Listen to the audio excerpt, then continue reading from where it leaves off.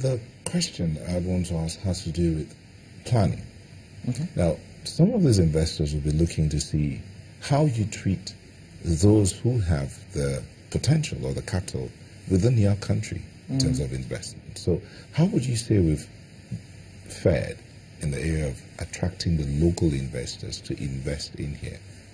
Well, like I mentioned earlier, I do think that there's a difference in psychology between an onshore investor and an offshore investor. I mean, I'm generalizing, obviously.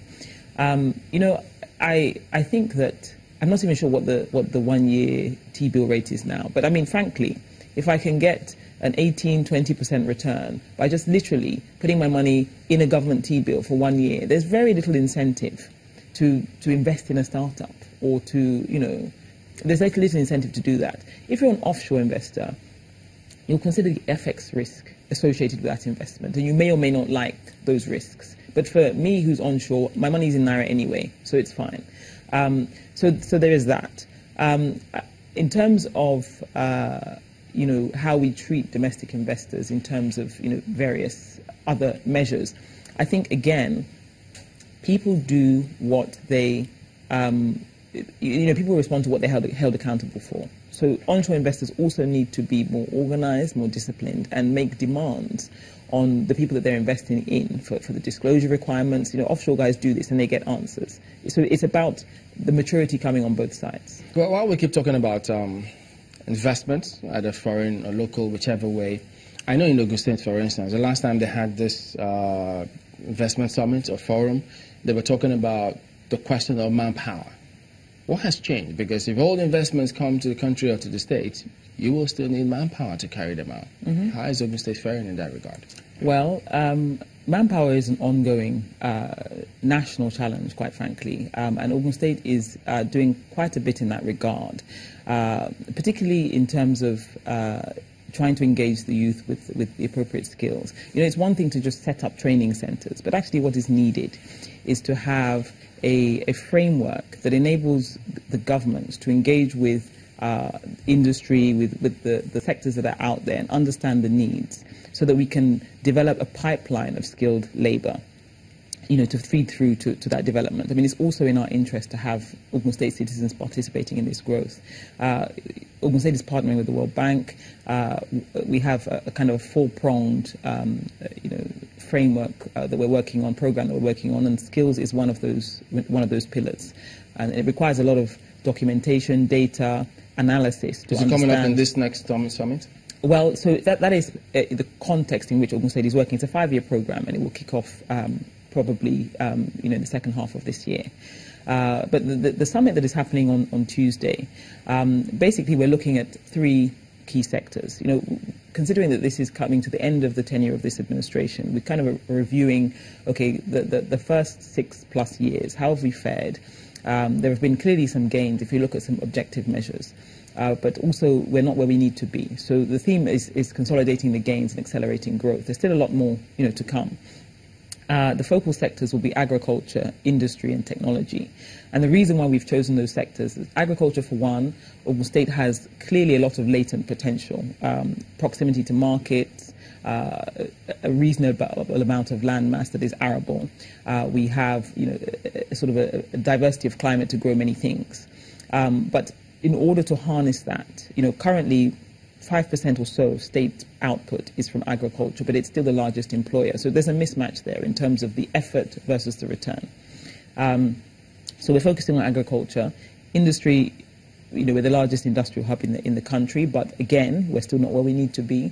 In terms of the hub and spoke model, we have some large industries, but there are supporting industries, smaller industries that need to develop alongside those larger ones to sort of spread the wealth and spread the development. Okay. Let me bring in my colleague Mark. She's got a question for you. Mark, where?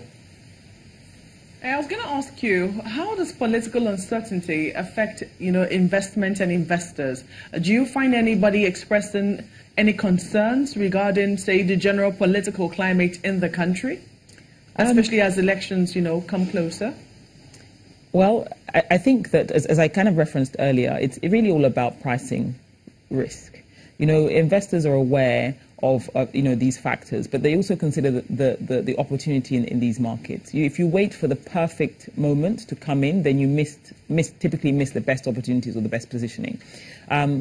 People will take different views at different points in the cycle. Sometimes they'll come and they'll say, okay, we just want to stay current. We want to make sure that we stay engaged with the opportunities so that we can do our homework. And when we feel that the time is right, we are ready to come in. But Nigeria being the country that it is, with the opportunity that it presents, and Ogun State being a key state in the context of that, it's very difficult for investors to simply retreat completely because of some macro uncertainties. The key thing is being able to identify them and to be able to price them appropriately so you can determine whether or not your investment is viable at any point in time. Commissioner, I want to come in here.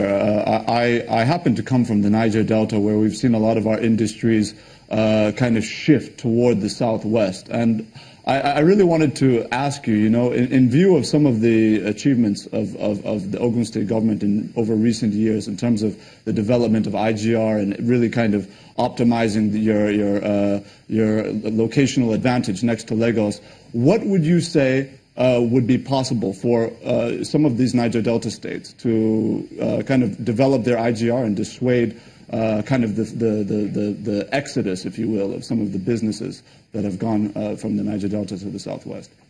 Well, I think that the number one thing, the starting point, is security.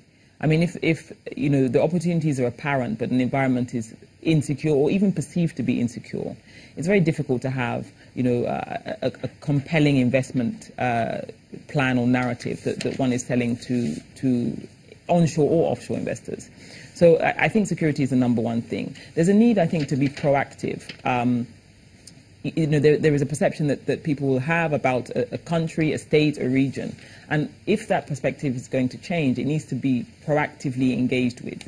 One needs to take a narrative out there to people. Once they've formed a view, they're not necessarily going to change that view unless we give them a reason to do so.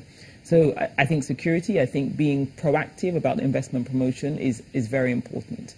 And then in terms of people are often from offshore looking for credible, reliable onshore partners that they can engage with. It will be incremental. People will come, they will test the waters, and then momentum will build and there'll be a tipping point. So there needs to be a long-term plan, and there needs to be credible, integrous onshore partners that people can engage with whilst they explore a market that they may previously have considered to be too risky. All right, we'll have to anchor that point. Aderenle Adesina is the Commissioner for Budget and Planning in Ogun State. Thank you for coming on, and we wish you all the best. Thank you very much.